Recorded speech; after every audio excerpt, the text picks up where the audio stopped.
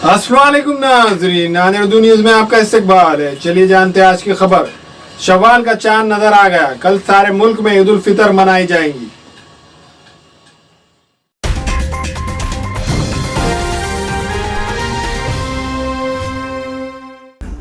आज बाद नमाज मगरिब शव्वाल का चांद नजर आ गया, कल सारे मुल्क में ईद उल फितर मनाई जाएंगी। तारीख में पहली मरतबा ऐसा हो रहा है कि मुसलमान कोरोना वायरस व लॉकडाउन की वजह से ईद की नमाजें अपने अपने घर में अदा करेंगे। लॉकडाउन के पेश नज़र रमज़ान उल मुबारक में नमाज इफ्तारी तरावी का भी घरों में एहतमाम किया गया। इस साल लॉकडाउन में रमज़ान की रौनकें फीकी पड़ गई थी।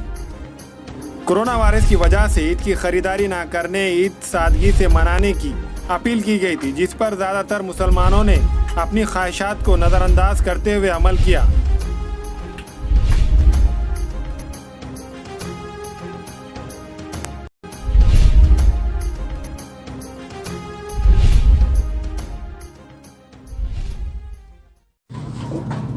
अस्सलाम वालेकुम, मैं इमरान खान। हमें उम्मीद है कि आपको हमारा चैनल अच्छा लगता होगा। लेटेस्ट न्यूज़ के लिए देखते रहिए नादिर उर्दू न्यूज़, और न्यूज़ के पसंद आने पर लाइक, शेयर और सब्सक्राइब करना ना भूलें।